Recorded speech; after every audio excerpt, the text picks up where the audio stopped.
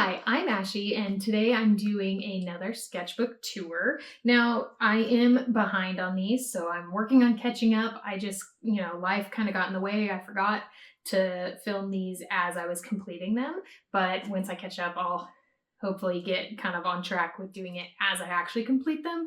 But I still wanted to go through these sketchbooks because I think there's value in seeing progress and looking at other people's, not just like what they consider their completed art, but their practice as well. So this one, I don't even know if you can really call this a sketchbook. I just bought this and it's a tiny little pad and I used it as a sketchbook. I think they're supposed to be like little postcards, but I used it like a sketchbook. This took me 1 month to complete. So it was January of 2024 to February of 2024. It was not very many pages. As you can tell, it's pretty small. So I really focused a lot on like portraits and figures in this. And I'm gonna be honest, they're not awesome for the most part.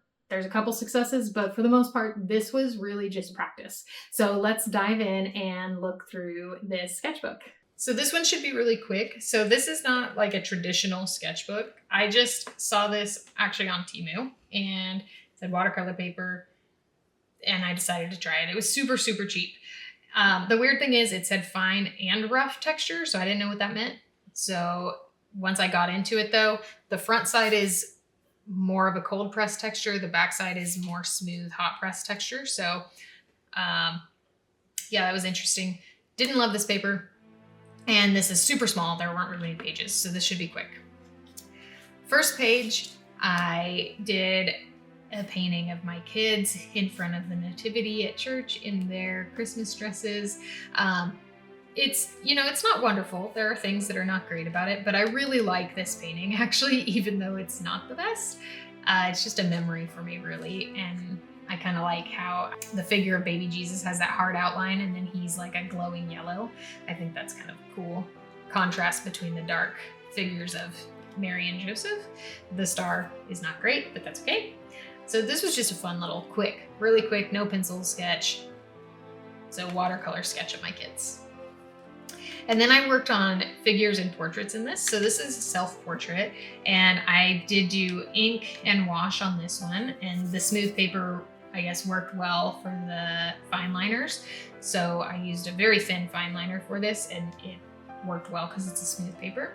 And I actually really liked this sketch and painting. I like the transition on the skin colors and on the shirt. Overall, I was very happy with this, and I like my glasses. I was happy with how the mouth came out and the hair. Getting in just very minimal shading and movement in the hair and then putting in a wash of color. So I think that was successful. This was not as successful. I was reading a book at the time. I don't remember which book it is, but I did this painting based on a character from that book. I have no idea what book it was, but I used, just a picture I found on Pinterest and then adapted it to my view. It got really muddy on this textured side of the paper, so the shadow on her skin didn't turn out great. There are parts of it that I'm okay with. I don't like her body. Her hair is okay. Parts of her face are okay. Her nose is not great. There are things. I do like her neck, but not much of that I don't love this, but just practice. And this was same book. I need to figure out what book that was. It was a good book. Obviously, I wanted to paint the character. And so she's kind of standing on the top of this hill overlooking this ocean, and there's a dragon impression in the background. So I like the texture of the grass here. The rest of it, meh, but it's just a quick, fun little sketch. Line and wash. This is just based on a picture on Pinterest. I liked the colors, so I did a line and wash of it.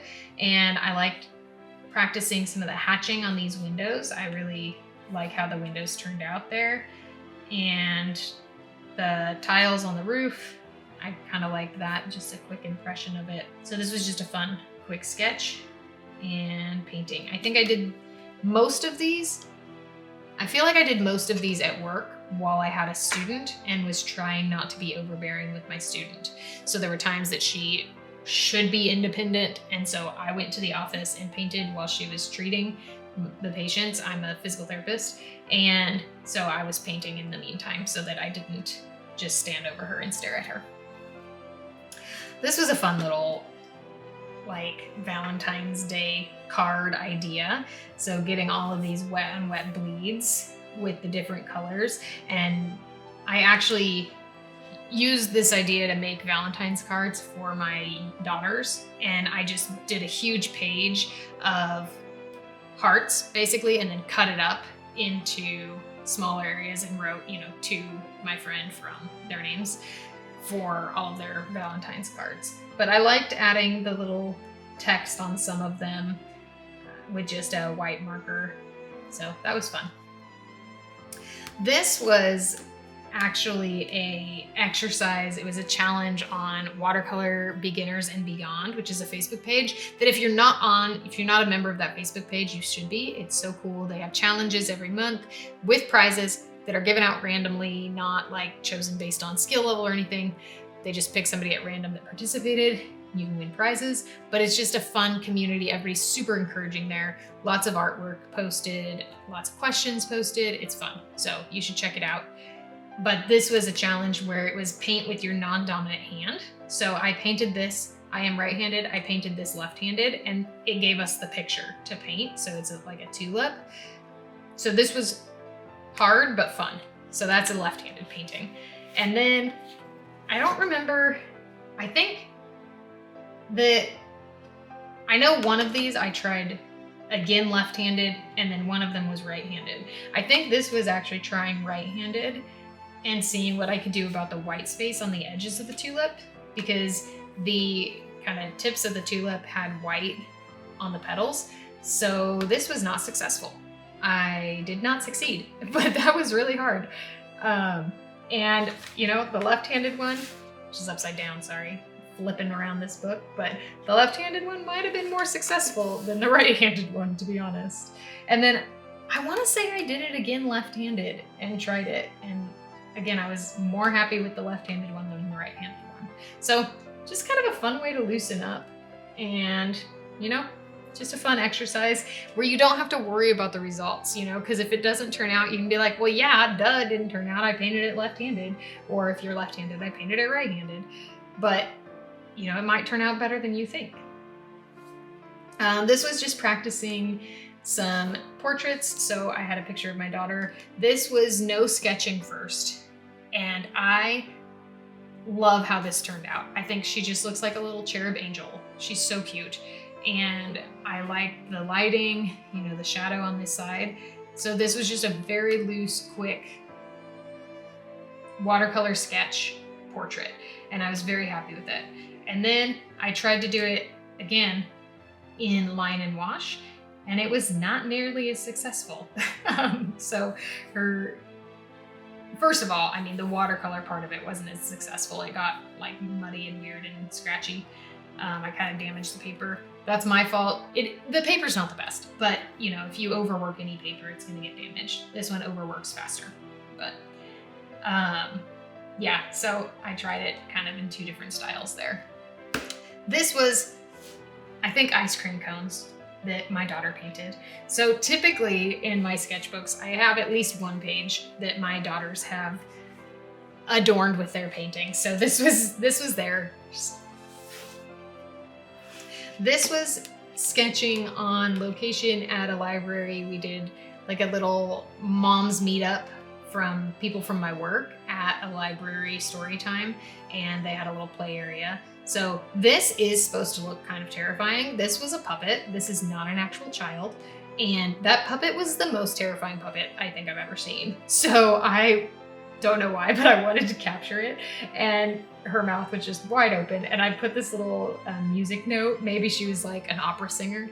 But I really liked actually this sketch. I love the colors of it. And I loved, the curtains, this little puppet theater. So this was fun. And that is supposed to look terrifying. So when it does, that's on purpose. So this one was pretty successful. This was my daughter reading, and that was not successful. I mean, that doesn't look like her at all. That is not a good portrait. I have found, especially recently, I've been practicing portraits again more, and portraits in profile for me are the hardest. Straight on, 3/4 view on, or kind of like a back 3/4 view are fine, but like straight profile is so hard to get the proportions right for me. And I don't know if anybody else agrees with that or has tried that, but if you've practiced portraits, let me know what angle you find to be the hardest. I would love to know. Put it in the comments. This is a painting that I did based on one of the nurses that I worked with at the time. I think that she is just like, I told her to, I was like, you are beautiful. Like, your face is gorgeous. She's like perfectly symmetrical. I don't know. Her bone structure, she's gorgeous. And her hair, I loved her hair. So I did this actually based on memory. This was not based on like a photograph of her. It doesn't look like her, but I was just trying to practice portraits without a reference. So, you know, actually I'm pretty happy. It is fairly proportional. Again, there's no reference for this. So I was pretty happy with it. I like parts of it. I like the lips. It got all muddy. The complexion's not great. I don't like the hair. But overall, I was pretty happy. And I liked just the little blocks of color in the background. I think that was a fun way to add a background to it. And then these were just sketches. Some of these are based on pictures that I found on Pinterest, so these main ones, and maybe some of these other ones too. But this is my daughter, and then these are me. I don't know who that is. So I just was practicing drawing. So some of them I did with a brush pen. These are brush pen drawings. And then this was ink, fine liners, and these were obviously paint. And I think these ones I tried to do without a preliminary sketch.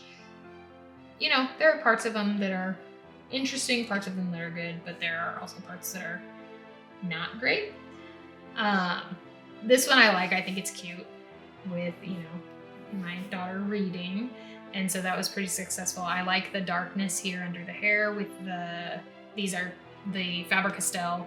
I think they're like Pit Artist shades of gray brush pens. So those were kind of fun. They're a little hard to control. So lots of wobbly lines, but that was fun. This is also with those and using them for shading.